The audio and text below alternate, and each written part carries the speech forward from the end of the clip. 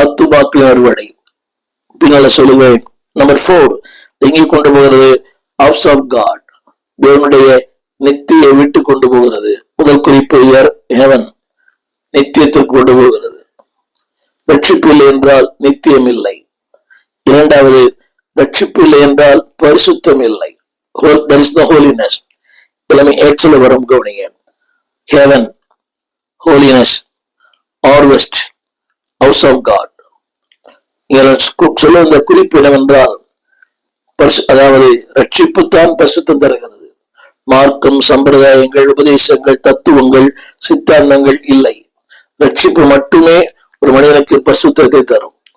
மூன்றாவது நம்புகிறேன், அது மிகப்பெரிய அறுவடைக்கு நேராக நடத்தும்.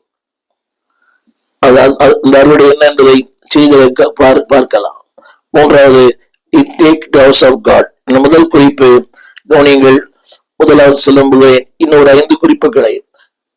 It takes to it deliver you from the bondage.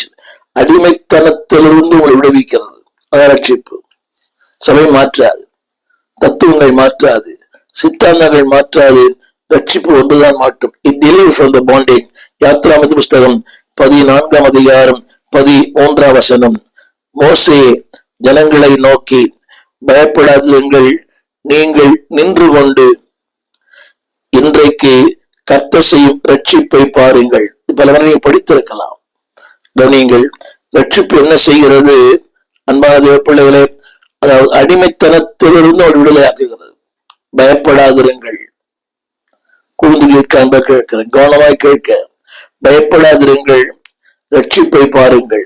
அதை மாற்றி சொல்வேனேயானால், ரட்சிப்பு உங்கள் பயங்களை நீக்குகிறது, அடிமைத்தனத்தை நீக்குகிறது, பாவத்தை நீக்குகிறது. From the bondage. பயப்படாதிருங்கள், ரட்சிப்பை பாருங்கள். அப்படியானால் அந்த ரட்சிப்பு என்ன செய்கிறது என்றால், அடிமைத்தனத்திலிருந்து என்னை விடுவிக்கிறது.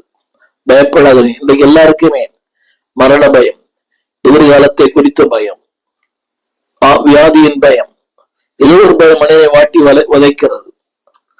இங்கு பார்த்தால் மரணங்களை பார்க்கிறோம். ஒரு பயம். இந்த கொள்ளை நோய் காலத்துல ஒரே பயம். கணவனுக்கு, மனைவிக்கு, நமக்கு வருவோம், அடுத்த வீட்டுல, எதிர் வீட்டுல. ஆனா தேவன் சொல்லுகிறார், ரட்சிப்பு அடிமைத்தனத்திலிருந்து விடுவிக்கும். ஒருவேளை எந்த அடிமைத்தனமா இருக்கலாம். பாவம், பிசாசு, குடி, கிட்ட பழக்கங்கள், அன்பால் ஏதோ ஒன்று அடிமைப்பட்டிருக்கலாம். ஏதோ ஒன்று அடிமை. ஒவ்வொரு மனிதனுக்கு ஒன்றுக்கு அடிமையா இருக்கிறார். சில பேருக்கு அடிக்ட் சொல்றாங்களே, சாப்பாட்டுக்கு, பொழுதுபோக்குக்கு,